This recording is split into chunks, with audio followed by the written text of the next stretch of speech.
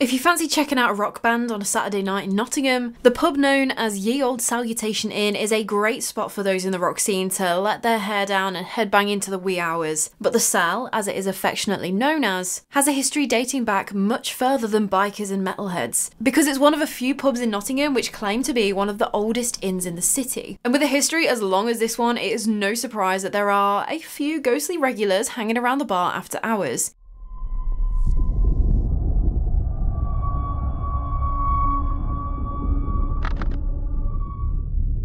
Before we even get to talking about the actual building and how old it is claimed to be, we're talking about Nottingham again. If you've sat down for a chat with me before about Nottingham, like when we spoke about the Justice Museum or the Ye Olde Trip to Jerusalem, and before anyone comes at me in the comments about saying it as the Ye Olde Trip, because technically the and ye are the same word, just know that for a lot of these pubs, the ye bit has become part of the name, and so now the is now the definite article, not ye. Hopefully that clears it up for you. Anyways, Nottingham is a city built on an entirely man-made network of sandstone caves, and it's thought that the caves underneath where the Salutation now sits were dug out sometime in the 9th century, and after the Thornton Excavation Society did some investigations down there in 1937, it's thought that when these caves were first dug out, they were used as part of a Saxon farm, maybe for like storing crops in a cool place or something, just as a guess. But later on, once the building above the caves was built, they were used as accommodation for servants, and then naturally used for brewing the beer that would have been sold in the inn above ground. And so this building that does sit above ground, if you look at it like other old pubs that you'll find around the country, it's got a year painted right on the side of the building. And for the Salutation, that year is 1240, because that's apparently how old some parts of this building are. There was some tree ring dating done on some of the timbers in the pub by the University of Nottingham's Department of Archaeology in 1992, which found that some door frames are from 1240. But then that's apparently backed up by historical records. I don't know what specifically, but just records stating that the first above ground dwelling had been built in this year. And these records are said to go on to outline how the building was owned by the Master Tanner of Nottingham. So he would be your go-to guy to turn your animal skins into leather for shoes, harnesses, like things like that. And so this tanner would have had his workshop on the ground floor of the building, and then his little apartment plus some lodging rooms for his employees would have been upstairs. And so dating back that far, the Ye Olde Salutation Inn does claim to be the oldest pub in the city. There are obviously a few pubs that are gunning for that title, the Ye Olde Trip to Jerusalem and the Bell Inn, and I actually found that my childhood hero Tony Robinson had hosted a programme called History Hunters back in 1998, where they were trying to figure out which of these three pubs in Nottingham was the oldest. And so I'm just going to put it in here because it's interesting what they found, because they concluded that while yes, the Sal did have the oldest building and the Trip had the oldest caves, the Bell Inn was apparently the oldest pub, based on all the records, building architecture, timbers, as well as local legends. So that was interesting. I didn't actually find where I could watch this episode, so I'm getting this information from kind of like secondhand sources. So if you know where I can watch this, please do let me know. Side note, and a complete tangent, I used to love watching Time Team with Tony Robinson when I was a kid, because surprise, surprise, I was a history nerd. And so then when I got a bit older, my parents introduced me to Blackadder, and naturally I could never look at Tony Robinson in the same way after that. And so now whenever I watch anything with him in, hosting all these informative history programs, like,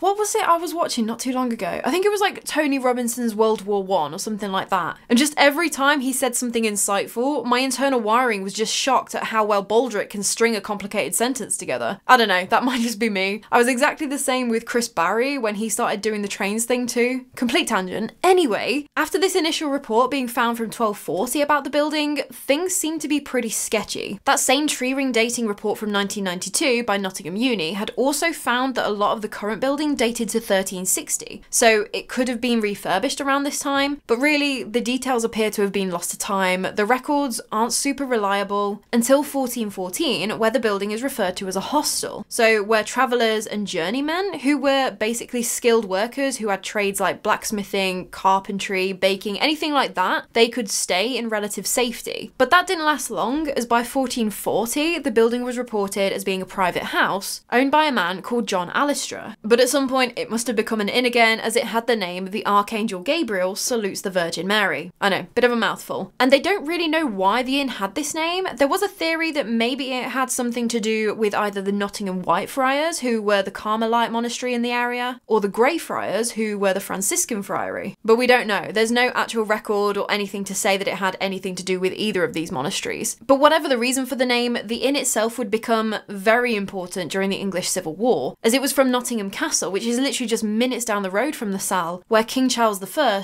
would officially kick off the war. Like, it was already going to happen by this point, but he raised the royal standard at Nottingham Castle on the 22nd of August 1642, which was effectively the official declaration of war against Parliament. And so apparently, when the king needed to have private conversations with his most trusted inner circle, without prying eyes or ears around, he would go to one of the caves underneath the salutation to have these meetings. No documentation, no evidence, that's just a legend. But that legend is definitely pulled into question because of what we do have evidence of, that says that the inn was used by both sides. Both the parliamentarians and the royalists used the inn as a recruiting office for their armies. Like, you go in the front door, which side do you want to go fight for, the king or the government? King is left door, please mate, Parliament's just down the corridor to the right, you can't miss it. Surely they'd have little scraps breaking out there, right? Or was it all just very sportsmanlike? I don't know. But you see what I mean about King Charles using the caves being a little sus. I know the caves are underground, so it might be that the parliamentarians don't know you're down there while recruiting soldiers in the rooms above you, but would you take that risk when there are caves literally all over Nottingham that you could probably requisition from a royalist sympathiser? I don't know, let me know what you think about that one. But that's not where the salutation's connection to the Civil War ends, as again, apparently there's a legend that says that Oliver Cromwell and other leaders of the parliamentarians actually signed King Charles I's death warrant within the inn. But again, that just seems to be a legend, as all the historical evidence, including the death warrant itself, references the banqueting house in Whitehall as the place where the death warrant was signed. After the Civil War, once Oliver Cromwell and his gang of merry Puritans was in power, people were not happy about the name of the pub. Obviously, the Archangel Gabriel salutes the Virgin Mary, which it was still known by, given its reference to the Catholic religion, which the Puritans were trying to eliminate. So the landlord of the time was ordered to either take down the sign completely, repaint it to something else, or we're going to take your license off you. He did as he was told and repainted the sign to the inn's new name that he had come up with, the Soldier and Citizen. Pretty apt considering what the country had just been through. In 1660 though, the monarchy was restored, and the landlord at that time, I believe it was still the same landlord that had been ordered to change it before, he wasted no time in changing the name of the inn for the final time to Ye Olde Salutation Inn. And it's weird to think about them calling something old all the way back in 1660, but I mean, I guess it makes sense, right? They would have known how old the building was at that point, with it looking like the last major reconstruction it went through was 1360. I mean, that's 300 years old at that point. Obviously, I'm sure it's gone through work since then to make sure it's safe and all that for nowadays, don't worry, but you know what I mean. 1660 was also the year of diversifying income for the inn, as the room now known as the dining room was actually occupied by a brothel. And apparently, I don't know if it's still there or not, but at one point very recently, there was still a bracket on one of the walls that would have held the mirror that the girls would have used to inspect their customers. But when I say diverse, I mean diverse, as the room, now known as the Cromwell Room, was a sweet shop. Buy yourself a sweet treat after you've... No, I'm not going to finish that sentence on YouTube.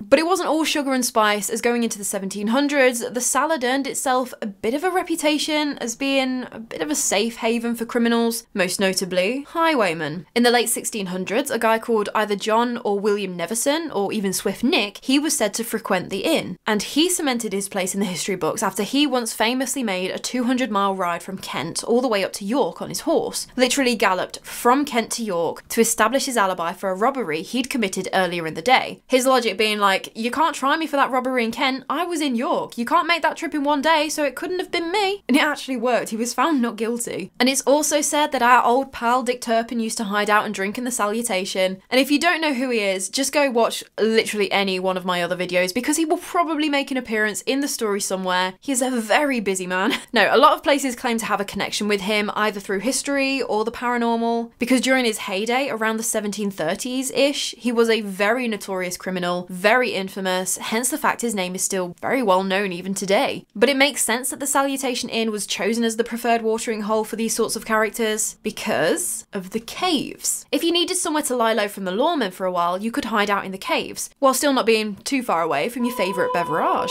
Apparently, there were also little holes made from the bar to the caves, so that the landlord could drop pebbles and things to let them know not to come up from the caves just yet, as there was someone here looking for them. Which, I couldn't verify that with any historical evidence, but if that was true, that is a super neato feature. Although it may not have worked as intended, as apparently, again, Dick Turpin was once almost caught in these caves under the inn. So fast forward a few hundred more years to the modern day, and the ye old Salutation Inn is still as popular as ever. In the 50s, it established itself as the go-to place for rockers and bikers in the area, just as rock and roll was kind of really kicking off. And that continues to this day. They have a 150 capacity venue upstairs in the aptly named attic, where they have bands play live music, or they have metal and alternative DJs, 80s hair metal nights. Honestly, it just sounds amazing. I can't believe we haven't actually gone to one yet. It's been bumped up to the top of the list of my places to go the next time we're in Nottingham because of what I'm about to tell you all about. That's right, it's the ghosts, of which there are quite a few. Being as old in some places as 1240 makes perfect sense. Apparently, one landlord once claimed that there were 89 resident ghosts haunting the Sal, which seems to be a massive exaggeration, to be perfectly honest, but I like your moxie. And there's still more than enough for me to tell you about anyway. I'm going to start off with the most famous of their resident entities, a little girl called Rosie. The story with Rosie is that she's a young street urchin, about 4 or 5 years old, who was working as a flower girl in the Victorian times. She'd be out on the street trying to sell her flowers. Allegedly, poor Rosie was actually hit by a horse and cart out in the inn's courtyard and was seriously injured. People obviously rushed to help her, and she was carried down into the caves underneath the Salutation to wait for a doctor. It said that they did this to try and keep her cool and comfortable, but I don't know, it just kind of seems to strike me as get the street urchin out of the way, she's bad for business. I could be totally wrong on that one, and it genuinely was because the caves were the best place to put her, but whatever the reason, poor Rosie succumbed to her injuries and died down there in the caves. Obviously very sad, but the landlord, he's got a business to run, there's punters that want their pints, so life kind of goes on. That is, until some of the customers actually start reporting something really weird. For the next 2 weeks after Rosie had died, people would get scratched randomly, and they'd just end up with 4 scratch marks, just as if a small child has scratched them with their fingernails trying to get their attention or something. There didn't seem to be any reasonable explanation. They weren't catching themselves on a rogue nail or anything while they were sat at the bar. All these drinkers, they had no connection to each other. There were no obvious reasons why they were all getting scratched. The landlord was quite a superstitious man. He wasn't superstitious, but you know, like a little stitious. And he immediately thought to himself that it must be the spirit of Rosie. And so he decided to take a little doll down into the caves. Not forgetting the fact that Rosie was just 4 or 5. She was a very young little girl. And the landlord thought that maybe having a little doll to keep her company might give the spirit a little comfort, you know? It seemed to work, and on the overall, the scratching stopped. And to this day, people still bring toys and dolls down to leave in the caves for Rosie. Other people do still claim to get scratched. I don't know, maybe Rosie just doesn't like the look of you. I don't know what to tell you.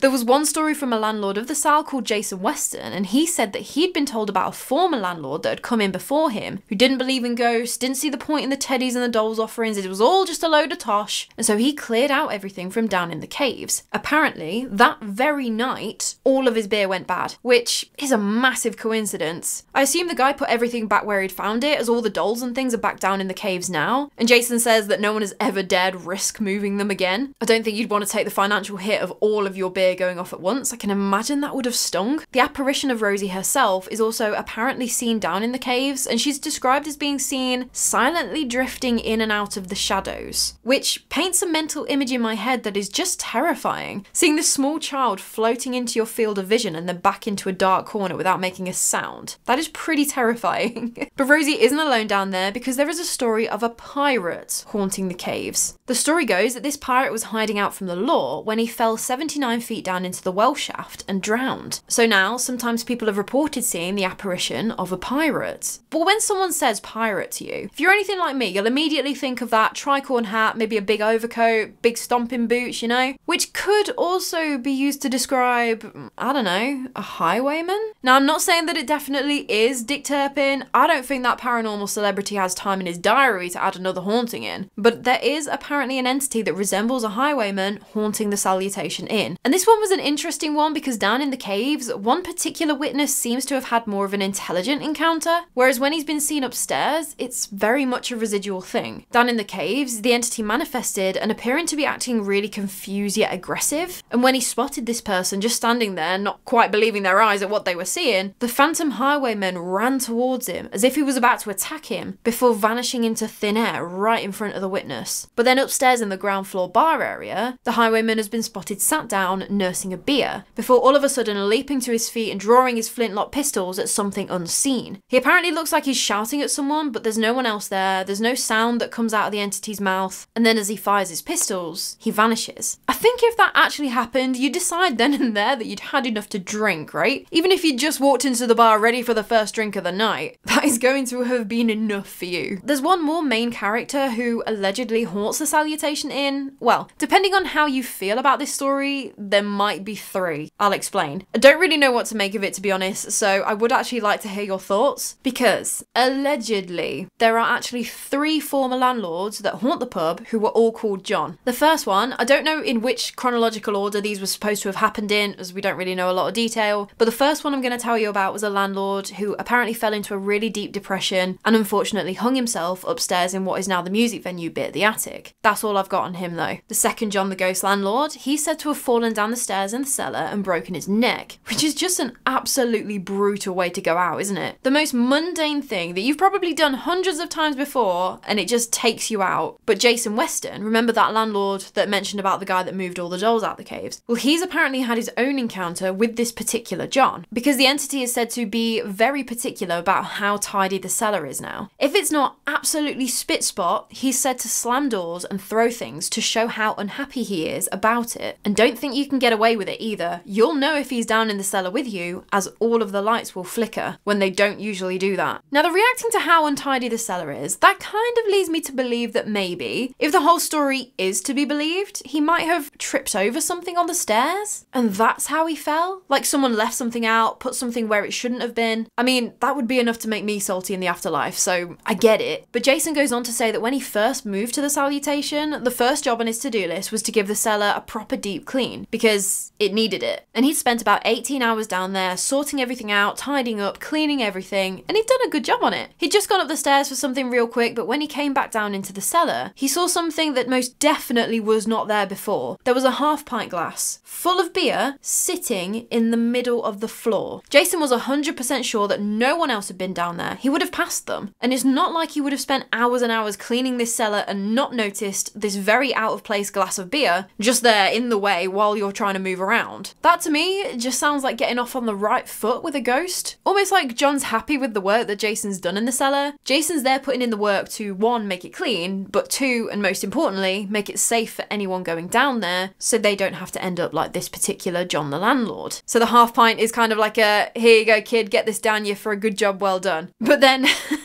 it's not a full pint because John wants you to have a little treat, but not too much that you end up drunkenly falling down the stairs, you know? I don't know, something to think about. Apparently the pair continued to get on well, with John potentially even doing Jason favours, which this is just wild, and it kind of warms my heart when I read about things like this. It's just a little thing, but I love it. One time, Jason had been down in the cellar and was on his way back up, but he'd forgotten to close the cellar door. So he kind of just, half as a joke, shouted out, "Oh, close the door for me, John." To which John seemingly obliged, as Jason heard the door slam shut. I just love that little anecdote, I just had to include it. Although, when a different landlord and landlady were running the pub back in the 1990s, apparently the landlady had such a terrifying experience down in the cellar, it upset her so much that she would point blank refuse to ever go down there again, and wouldn't tell anyone what happened, as telling the story made her too upset. So maybe she left something out that John didn't like? I don't know. But the final ghostly landlord called John, we actually know a little bit more about. His full name was John Green, and he lived in the pub with his family in the 1800s. But much like many establishments at the time, they had a rodent problem. Place was infested with rats. In 1820, John had mixed arsenic with some oatmeal so that he could lay it down and hopefully kill off some of the rat population. In some horrible accident, that poisoned oatmeal ended up on the dinner table one day. His entire family were poisoned, they were all very ill, but they luckily made a full recovery. John, on the other hand, did not. He died from eating the poisoned oatmeal. And so now he is also said to be haunting the Salutation. So the sources I found online, most of them only mention one ghost called John. Usually it's a story of John Green. That one makes sense. It was kind of like a documented thing that happened. So I don't know which John it is, but there has been an entity that has been seen moving erratically around the pub, and it's thought to be one of the Johns. And I don't know how I feel about seeing a shadow figure, or even just like an actual apparition, moving erratically like that. I mean, let's be honest, I probably wouldn't handle it if they just walked slowly, gave me plenty of notice and waved at me from a distance, let's be honest. But the thought of fast, erratic movements, I don't know, that just kind of gives me the heebie-jeebies. There have been other ghost sightings though, we're not through. We're not going to get anywhere near 89 like that guy claimed, but there are a few more. One visitor to the pub once saw a man who was dressed as a Cavalier soldier walk up the stairs into the attic. They just brushed it off as like, oh, I mean, that's cool, but there must be a reenactment or he's a tour guide or something. When they mentioned it to the bar staff, like, oh, you got a Civil War lecture going on upstairs or something? I saw the costumed guy. They said, no, there's nothing like that going on. No reenactors, no logical reason why anyone would be dressed as a Cavalier. And then it's not unusual for things to move around in the inn with no explanation. One time, one of the bar staff and a couple of customers who were all down one end of the bar chatting, they all witnessed the coffee machine turn on and pour itself a hot chocolate. Honestly, these ghosts just sound super nice. Closing doors, making hot drinks, and even that landlord from the 1990s, while his wife did have the utterly terrifying experience in the cellar, he just kind of had a little bit of a weird encounter because he'd left his keys sitting out on the bar and went off to do something, and when he came back, they'd disappeared. Okay, weird. I know for a fact I left the keys out on the bar right here, but he went away hunting for his keys, even went upstairs thinking that maybe he'd left them up there or something. But when he came back down after inevitably not finding them upstairs, there the keys were, right on the bar as if they had never been moved. There was no one else in the building at the time, no explanation why they wouldn't have been on the spot in the bar where he'd put them down. Maybe some entity is so used to seeing people around the pub and they didn't want anyone to steal the keys that had been left on the bar and they were trying to do the landlord a favour? I don't know, I'm just having a bit of fun with it today. In a world where YouTubers will convince you that there's a demon in every haunted house, which, spoiler alert, there isn't, it's nice to talk about a place where the ghost stories are maybe just a bit playful, if a little inconvenient at times. But people also report feeling something unseen touching them, and if you take a photo in the pub, you might find weird anomalies on the photos. And I'm not talking about bugs or dust or anything like that. It's a little bit weirder than that. Because in the story I read about, say you're taking a photo of a group of your mates or whatever, there will be just one person that has a weird light thing obstructing that person. Like it looks like something just flew across the camera at just the wrong point, if you know what I mean. Which is, I mean, it's whatever, innit? But where it gets really strange is that if you take another photo of that person in a different area of the pub, in a different position, maybe sitting instead of standing, looking at the camera, not looking at the camera, whatever it is, that person will always be obstructed by some sort of light anomaly on the photo. But take a photo without that person in it and the photo comes out fine. And it's infuriating when I see stories like this. It sounds so compelling, but there's no actual photos uploaded along with the story. So, you know, like everything, grain of salt, but still worth mentioning. And there is one more story that you can apply that grain of salt to, because apparently a legion of Roman soldiers have been seen emerging from the wall in the cellar, marching across the cellar itself, walking through the beer kegs and whatnot, and then just disappearing through the opposite wall. I don't know who reported this, there aren't any more details, and so I don't really know about this one for a few reasons. First of all, it's sounding awfully like the Treasurer's house in York, isn't it? Where Roman soldiers were seen walking through the cellar of the Treasurer's house by an 8-year-old heating apprentice called Harry Martindale. And I went into that story a little bit more in my video on the stone tape theory, but it's a super famous story. And that's not to say that the Treasurer's house has a monopoly on Roman ghosts in the cellar, and then because of that no one else can claim this phenomenon. But what seems a bit sus to me is that even if there were Roman soldiers around Nottingham, it would have been well before the caves were even dug out. The Roman Empire fell in the 5th century. Those caves were supposed to have been dug in the 9th century. Before that, they were just sandstone. There was no way that there could have been a Roman road down there. It was just rock. So I can't really figure out why a legion of Roman soldiers would have been down there anyway, even if we've got the timings wrong on the caves. But again, I'm just blurting out all the information I found on a place and leaving you to come up with your own conclusions. Even though I feel like that last one was a pretty cut and dried case. But phantom Roman soldiers that may or may not have happened, but probably didn't happen, aside, I mean, obviously these stories don't take the sal up to 89 resident ghosts, but with the age of the building and the caves below, that's still a lot of ghostly goings on for a pub, right? And that's one of the reasons why the Ye Old Salutation Inn is used as one of the stops on Nottingham's Ghost Walk, where you can walk around some paranormal hotspots in the city with a tour guide who will tell you all the ghost stories. And it is a very good ghost walk. I've done it a couple of times, I think, and I'd recommend it. But when you get to the Sal, the tour group will go down into the caves and you'll get asked to sit around the outside, like there are places for you to sit. And then the tour guide will go on to tell you about the rumour of a lady who haunts the area. And apparently she appears by sitting in exactly the same place in the cave, looking just as real as anyone else on the tour. But the tour guide won't tell you where she appears, so you're not specifically looking out for her in that spot. So if you find yourself nursing a pint in the Ye Old Salutation Inn on a quiet afternoon, maybe speak nicely to the bar staff to see if they'll let you down into the caves below. And you never know, you might come face to face with any one of the ghostly characters that have been reported here over the years. Just make sure you do it before you've had too much to drink. I really wouldn't want you tripping on the stairs and falling. But what do you think of the Sal? I really enjoyed looking into this one. I love it when a haunted pub has so much history that I can read about. I did get the feeling that at some points claims have been exaggerated, but then I guess that's just like any folklore tale, isn't it? The story evolves. So So for me, I absolutely believe that the Salutation Inn is haunted.